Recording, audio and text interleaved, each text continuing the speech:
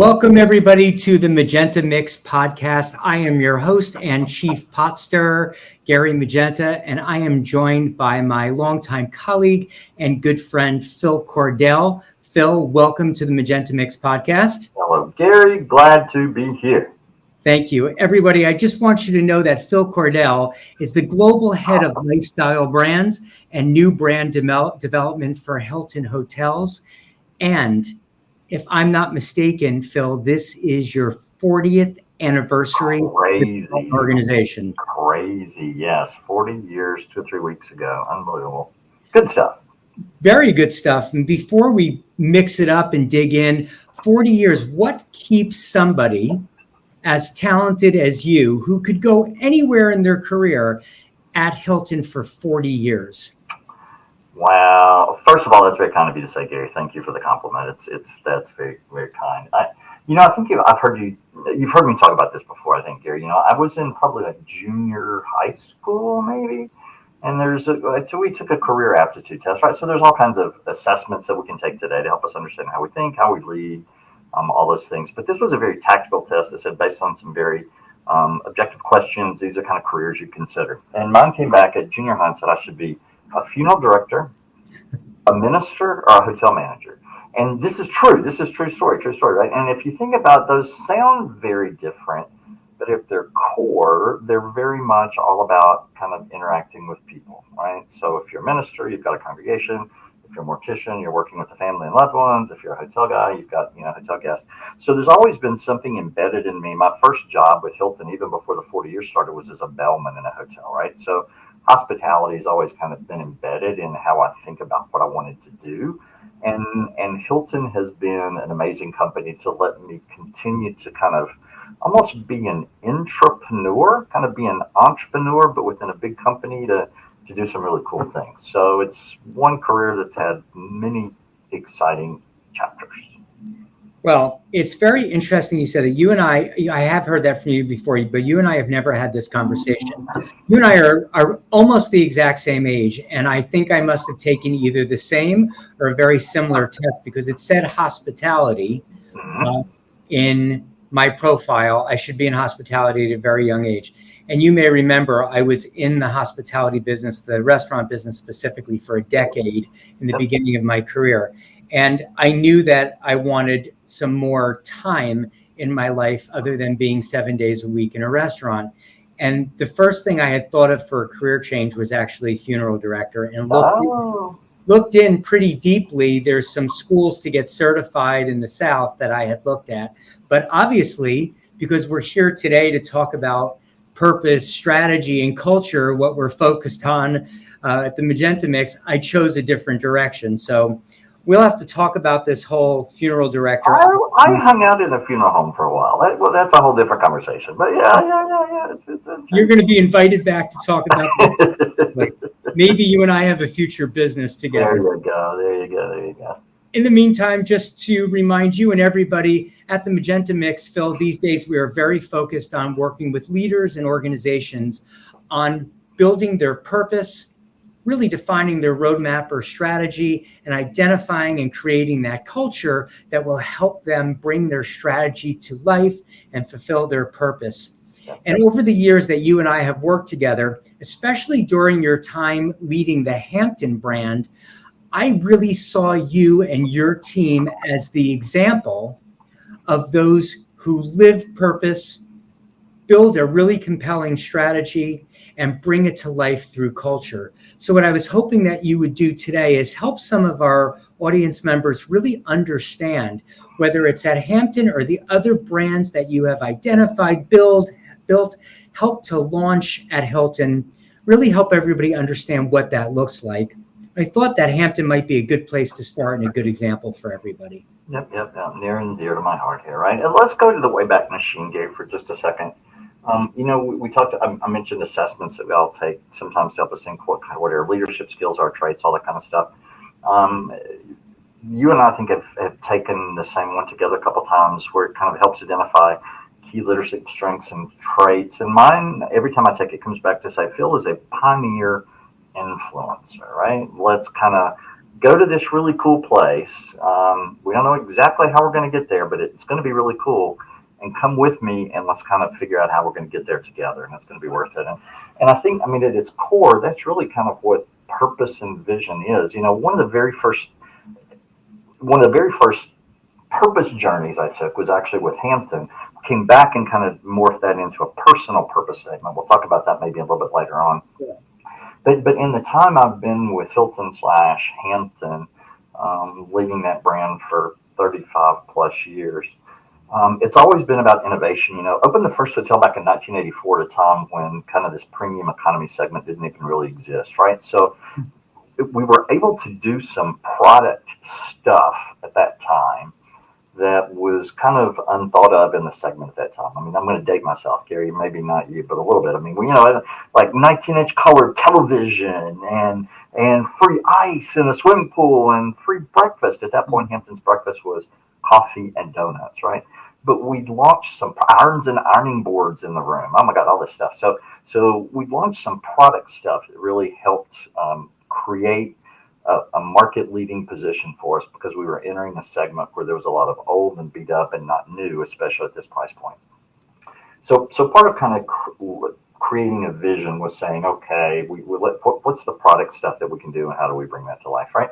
And I think as leaders, depending on the kind of business we're in, the physical stuff always makes a difference, and that may get you onto the playing field, but that doesn't keep you on the playing field. Sure. Does that kind of make sense? Yeah. And what I remember is, because you were so early at Hampton, you were either managing their first or second Hampton ever, if I remember correctly.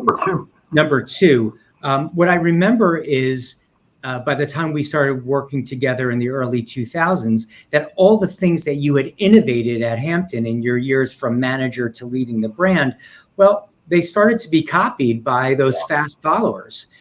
You know, when I first encountered the Hampton brand working relationship, I think you were starting to be surrounded by a lot of Me Too's, and it was time to change. Is that right? Yeah, very much so. I mean, you know, Gary, the way we always have tried to lead Hampton is to think about it as evolution versus revolution. So really kind of the revolution came early on as we launched a lot of those physical attributes that were, you know, pace setters. We evolved those over the years, which any product needs to do to kind of make its way forward, right? But again, as you said, it's easier for people to for competitors to copy stuff, right? Because it creates a playbook for them. So, you know, back, oh my gosh, 25 years ago, we had been leading the industry with the stuff, the people, but we said, you know, what do we do to kind of, I mean, the product, but what do we do to kind of keep the future moving ahead on a people side? Because, you know, competitors can copy your stuff, but they can't copy people. So what do we do about that? So it started with a vision from one of our leaders to think about, is there some way we could guarantee satisfaction? How do we kind of guarantee a good night's stay? How do we try to inculcate this idea of people make a difference into what we do? Because again, we're in a franchise business, right? So we have to remember that in our business, we talk about kind of the chain of influence. You know, Hilton's up here. We have brands, but then we have owners and management companies and general managers and team members to get to our guests. There's a lot of layers there that we have to work through, right? Vital components of that chain. And so I've learned through the years that one of the ways you make that chain stay strong is by keeping people in line with a story, something they can relate to. So the story on the product side was easy for a franchisee to follow. The story on the people side is a little bit more gooey to get people to buy into. So I remember kind of sitting with our team one afternoon in a room with a flip chart. Do people even use flip charts today, or is it all? People do use flip charts, yes. Whiteboards more, but flip charts for sure. Okay. Sitting in a room there, and I'd been thinking about this a little bit. We just kind of were doodling, and I said, you know, what if we think about this? What if we think about Hampton as being a lighthouse brand? In fact, we started to work with you in that point, right? And exactly right. Telling that vision, like, you know, it was a lighthouse brand. It was built on a solid foundation of product and service stuff. But then really the key was going to come through the beams of light. Sounds kind of corny, but it's not. The beams of light that kind of reach out to others, to attract team members through culture, and to really make you stand out even more as a competitive differentiator. So we started to really, in fun ways, talk about this brand as a lighthouse brand. That kind of led us to some other stuff, Hampton Alley and all that stuff we'll talk about. Do you remember the lighthouse conversations and learning maps and all that stuff? I just want to pause you there for a second, though, because when you think about that lighthouse brand, can you just talk about how that relates to purpose? Because as I remember it, that really started to get your purpose in focus. And if I think about it, you were really focused on what do guests want and need from us, and how do we become the lighthouse brand that attracts them? Clearly, team members became part of that as well as you thought about culture. But can you just pause for us and think about that idea of purpose and lighthouse brand and connect those for us? So again, I'm a firm believer that kind of storytelling and visuals really help tell a difference. And if you think about what a lighthouse does at its core, right, it keeps people safe, it attracts people, it draws people, kind of stands out, creates a moment of differentiation. And that's something that we wanted Hampton to do. Maybe not in the same threat of peril as a lighthouse would be on a rocky shore, but if you think about a brand that really stands tall, creates beams. If you think about the beams of light, again, it sounds hokey, but people can resonate. If you think about those beams of light, that if you're built on a solid foundation of rock and product, those beams of light about kind of connecting with community, connecting with guests, connecting with team members, that's what we want to be and stand out from all the others. It just kind of started to create a visual representation. We were going to stand tall. We were going to be bright, something that people see and relate to, stands out above the competition. Maybe not so much keeps you safe, but gives you a feeling of safety and security as a customer because you want to stay with us. Does that help a little bit? And it's a feeling of safety and security, so you want to stay with us. If that's not part of a purpose, I don't know what is. I mean, that's higher calling stuff right there. And it's something simple again. It goes to storytelling. Right after I remember one of the first events with franchisees where we started to talk about that story, that idea. And I bet over the subsequent weeks, I probably got hundreds of lighthouse reminders, statues, hats, lamps, right? And you think, well, that's kind of corny, but no, it just reinforces, again, I've said it 100 times. If people understand a vision that is brought to life with a leader who's energetic and engaged, they know how they bring that to life, then you have a chance of kind of breaking through and really creating culture connection, right? So with that sort of, we want to create this safety, security. We want to focus on what guests want and need. I know that you had a strategy on how to get there. What were some of the things that you thought of that guests really wanted? What was your strategy to attract them? Wow. So again, it kind of goes back to the people and the product, right? So again, we knew that we needed to continue to evolve the product. So we kind of did this big, huge initiative, Gary, you were part of, Make It Hampton, right? Where we did tons of research to go out to customers to say, all right, certainly we need to stay on top of our hotels physically to make sure carpeting and all the things are how they need to be, right? But what are the touch points that a guest experiences that really make a difference and matter? How can we go back and overlay touch points in all of our hotels to bring kind of everybody to some level of consistency? So we identified 127 things that we did at all hotels, everything from, at that time, we kind of invented our own clock radio. I don't even know if people know what a clock radio is today, right? But we all were frustrated talking to customers. Pain points were, how do I know the alarm is set? I can't figure out how to do the thing beside my bed. They're all different. So, we went through reviewing hundreds of clock radios to use as an example. We couldn't find one that was intuitive and easy to use. So we actually created and patented our own clock radio design that we wrote. And then it was just by listening to customers, right?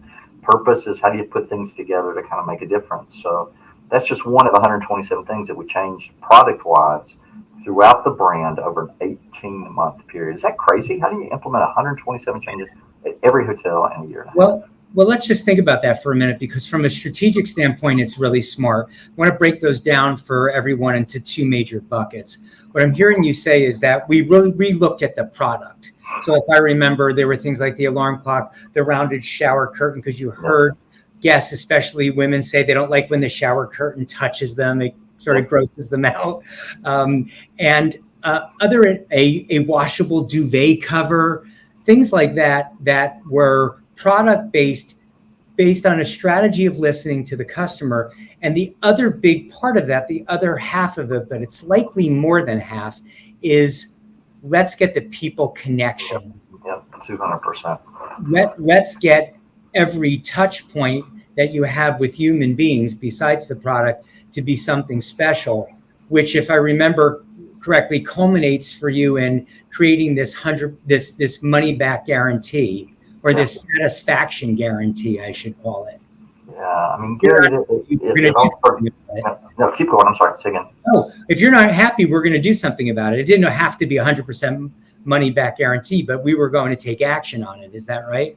Yeah, no, I mean, it was at that point a radical thought, because there were product companies that had guarantee, right? Domino's Pizza, 30 minutes or it's free, or Nordstrom at that point had a very, very aggressive, positive kind of refund policy, whatever. So there were some companies that offered guarantees. You buy a car or whatever, but really it was not much within the service industry that we could point to. So, at its core, we learned and we're reminded what really matters to customers: clean, comfortable accommodations, friendly and efficient service, comfortable surroundings. If you don't satisfy, you don't pay. When we first started to roll that out, franchisees freaked out because it's going to be about giving back money. But it wasn't about giving back money, Gary. It was about kind of creating a mindset that allowed us to try to focus on preventing problems before they even happened, right? By being smart and look at things, and then recovering in the right moment, right? To me, the whole service cycle as it relates to problems, it's how do you prevent, how do you resolve, and how do you recover? And that's what really the guarantee was designed to do. How do we focus on the 20 things that we know that create the biggest problems and keep those from happening as best we can? How do we resolve? How do we take care of it in the moment? And then how do we recover and say, we're sorry you had a bad time, come back and see us again. Yeah, let's talk about this recovery piece for a second, because many years ago, I remember reading a hospitality study that said, if you have a guest that has no problem at all, they go through seamlessly in one's hotel experience, and you compare them to a guest who has had a problem and it has been resolved to their satisfaction, you actually build greater loyalty with the person that you've been able to resolve a problem with. 200%. Gary, everything comes full circle. I've just been involved recently in an initiative across Hilton where we've introduced the idea of a customer promise. Everything all becomes new again, right? And it kind of gets back to friendly and reliable, clean, and problem resolution. But what you said is really true. If we do all kinds of surveys, and we know that if a guest experienced a problem versus didn't, certainly there's a premium satisfaction for those who didn't. But for those who did, if they had a problem, if they let us know about it, and if we resolved it to their satisfaction, yes or no, the premium in satisfaction goes up like 40% if we're able to recover in a way that makes them want to come back, right? And it's those little things that make them come back. So, I mean, we actually, Gary, still measure, as we did at the time of rollout with the guarantee, for every dollar we give back in a refund, we know we got back about 20 to 1 in customers who had a problem that would not have come back to see us otherwise and do for that very same reason. Yeah. So it's go ahead. Sorry. No. And to me, it's a WAPO. At one point, Hampton wasn't really part of Hilton. It was part of another company called Promise Hotels, right? An evolution of Holiday Inn. At that point, Promise didn't have a loyalty program. So we almost viewed the guarantee with Hampton as a loyalty program, right? We couldn't offer you points and miles, but we could make this kind of commitment. And that's what really started to allow us to kind of break through in a big way. Yeah. So, it was in the early 90s when I was in the restaurant business, and I was just telling the story to my wife over lunch on Saturday. I had a gentleman come in to my restaurant, which was a fine dine, white tablecloth restaurant, with a party of 8 for dinner. And something went wrong. He didn't like the view, or he didn't like the service. I can't remember what it was from the early 90s, but he was very unhappy. And that evening, I apologized. I tried to make it right. And I gave him a gift certificate for 8 people to come back another time. And my staff, who was very helpful and really had my best interests at heart, really took a large objection to that. I mean, they really reamed me out after hours. 8 dinners, that's a lot. We're a fledgling business here. You're doing the wrong thing, boss. This is wrong. And I was a kid at that time. I was still in my late 20s. And they really, really took objection to that. Well, don't you know that man came back and used the gift certificate, but came back once or twice a month with 8 people every single month that followed it, as long as I could remember. He must have brought in, this is without exaggeration, 100 and some odd people over the time based on that gift certificate. Yep. And it was a lesson at that time. I followed my instincts. I grew up in retail. Customer experience was everything, which is how I ended up getting into that business. And to your point, when you make it right and you create that loyalty, you reap rewards for a long time to come. And I want to get to the culture that really supported this initiative. But while we're on the topic of reaping rewards, I wanted to share with everybody, or have you share with them, that at the time Hampton went on to be the largest franchise group or largest hotel group globally, and certainly within Hilton. And I'm sure in part based on that attitude of making it right. So what are the actual stats there of what Hampton became globally? Yeah, I mean, Gary, there's so many ways to think about that. And it's interesting you mentioned the team kind of gave you a hard time because this idea of empowerment is one of the things, that's a gooey word to some people. That's probably a conversation for a whole nother day. But what is empowerment and what does that mean? How do you make it really come to life? Really makes a difference. But with and getting your team members to do that. But with Hampton, so we did a lot of work and we realized over time, the amount of money we were refunding was about less than 0.5%. Less than 0.5%. At that point, for what turned out to be kind of a marketing program that's a culture that's the strongest thing we could have ever had. So just think about, in that specific example, refunding a relatively small amount of money to almost guarantee future business just by taking care of people, right? That's a powerful thing. But through the years, I mean, not only if we look at the scoreboard of Hampton, so if we look at market share or performance above the competition, we score a significant premium. Third-party media, social media sites, significant premium. For Gary, I think 16 years running, the #1 franchise brand in Entrepreneur Magazine. For 3 years, the #1 franchise brand in Entrepreneur Magazine. Consumer Reports recognition, multiple J.D. Power Award winners. I don't even know the number of those through the years, right? So, I mean, customers, those things matter, right? Product matters, but service and culture really, really matters. You know that. So I'm going to read you the actual, you said it, but I'm going to repeat it because I have it, the official stats here. The focus on customer earned and doing the right thing earned Hampton a 2012 J.D. Power and Associates Customer Service Champion Award and made Hampton the only hotel brand in the world to top the Franchise 500 list for 3 consecutive years. The only one is the part I wanted to emphasize there.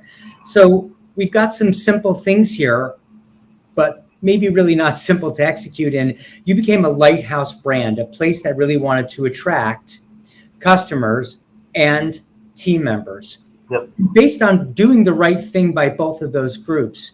You took a look at the products because your competition caught up to you and created a whole new tier of products that they've been clamoring to catch up to ever since, and added on this layer of really doing the right thing, including implementing a satisfaction guarantee, first ever, unheard of in the industry. Yep. And the next piece that I really would love you to share with our listeners and viewers is the culture that you created, which I know initially only had a term internally of Hamptonality, but then you brought that Hamptonality externally in your marketing. Tell us about creating Hamptonality and really what that felt like for everyone. Yeah, Gary, that's probably one of the most cool things I've ever had an opportunity to be part of or lead in my career, because culture, people think is a gooey word. I mean, people in business, they think culture is a gooey word. What does that really mean? Does it really make a difference? It does, 200%. It was a big driver in everything that you just reminded us of. We've been fortunate to win through these years with Hampton. It's really good stuff. But I think at its core, kind of culture starts with how do we treat our team members, of course. but then how do we encourage our team members to interact with customers? And there are businesses that try to kind of script service, thereby impacting culture. If you're within 5 feet of a guest, you say hello, or you answer the phone within 12 rings, or whatever. Right? I mean, there's all that stuff, and I mean that helps for sure, right?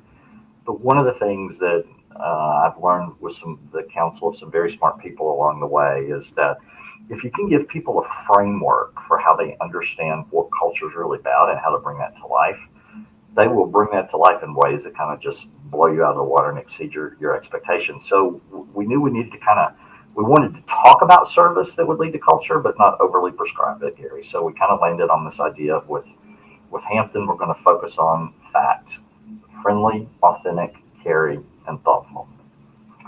And, each of our team members are allowed to kind of bring that in a way that's most effective to them, right? For some, it's natural to be able to have a chatty conversation. For some, it's not so natural, but it's easy to through conversations, see that a guest is there for a special occasion and to acknowledge that occasion. Or for a guest to be walking out the door and it's raining and they remember to hand them an umbrella to say get wet, or they remember to pick out cookies with stuff. I mean, there's a million different things that if you give people a framework can come to bring it to life. So we started with this idea of kind of fact and ways that we bring friendly, authentic, caring, and thoughtful to life within a framework at a hotel that allows them to each team member to kind of bring it in a way that makes best sense to them. And then kind of we said, well, we need to call that something. So we were just sitting around one afternoon, and guests actually kind of helped us inform this, came up with this idea of Hamptonality, right? And the definition of Hamptonality was one unstoppable brand with irresistible personality. So if you think about one unstoppable brand, all the product stuff, innovation, all that stuff, but with the personality, a friendly, authentic, caring, thoughtful, it just exploded. And I mean, we gave hotels tools and resources certainly to help it bring to life, right? Because culture is something that just doesn't happen overnight. The seeds were sown with a guarantee. It doesn't happen overnight. It takes a while. So, Phil, you may not know this story. I think you do, but you may not. You talk about, personality, and Hamptonality, for our listeners, was an incredibly vibrant idea and culture and lots of fun. But this idea of unstoppable comes out in a different story that I want to share with you and others. I was working with a national chain at the same time as I was working with you at the time. And they were having a conference in an area where you had hotels, and there were some of those employees staying at a Hampton during that conference. And during that time, one of the attendees of the conference and patrons of the hotel lost a family member. Not only a family member, their child. The call went into the front desk trying to locate this person that wasn't in the room with this urgent message. This is a very sad story, but I think really poignant. The Hampton team found the parent, drove them to the airport, and walked them on made the airplane reservations, not just drove them to the airport, made the plane reservations to get them to their house, and walked them to the gate to get them on the plane. There's nothing more tragic than what happened to this person. But the way that Hampton team demonstrated Hamptonality, not just during the fun time, but during a tragic time, was a story that was shared with this other client of mine throughout their business, with the Hampton name being mentioned, on the care that was taken at this time. And that was a true demonstration of Hamptonality. Again, not during the brightest moments of when we create fun and sunshine, but during one of life's most tragic moments. Yeah, no, for sure. I mean, Gary, we're in the hospitality industry, as you know, from being in the restaurant business, we help people through the best and sometimes worst part of their lives in some shape, form, or fashion, right? In the systems, their friends or family. And those are the stories, and those are the things you could never really teach somebody to do. But if you can kind of create the mindset that knows this is just, in big and small ways, this is how they can come to life, that's when people kind of start to bring it to life in such powerful ways. I mean, Gary, I remember I had the honor to help take our Hampton brand to China. We have a master franchise partner there And so this whole idea of Hamptonality, people said, "Oh, that's a U.S. thing. That's never going to work. China, that's that's going to never happen." So I said, no, we're going to take this as a challenge. There's a way we can figure out what to do. So the very first meeting that we had with a couple of my very valued colleagues, we chose for some reason to say, okay, we're not going to ask them to come to the U.S. We're not going to go to them. We're going to be halfway in Berlin, Germany, right? Because Berlin was one of our best performing kind of team member Hamptonality hotels. So that very first summit where we came together, friends in Tao, the Germany of Hampton, the Germany of Hampton, China. We brought them together. We had some tactical part of the business to go through, but then one of the very first things we wanted to do is to kind of start to give them literal examples of what Hamptonality was about. So we walked them through the hotel and we said, hey, look, here's something the hotel did, or let's hear team member stories about what they did. Certainly all this was through translation, etc.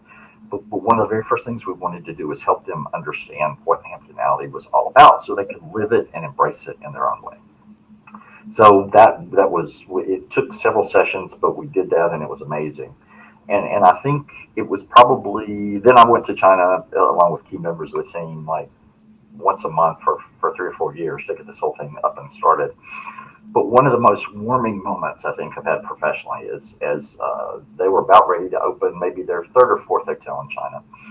And they, through translation, we were still kind of working out communication. They said, Phil, we have something that we want to show you. And they had created a panda bear mascot, not only in an animal, I have here somewhere, but in a big mobile like costume thing that shows up at every grand opening. And on the panda was friendly, authentic, caring, and thoughtful. Wow. And Yeah. it was their way to say, well, panda, that's a Chinese thing of warmth and cuteness and fun.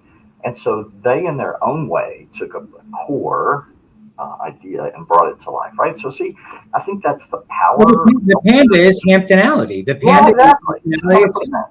200%, right?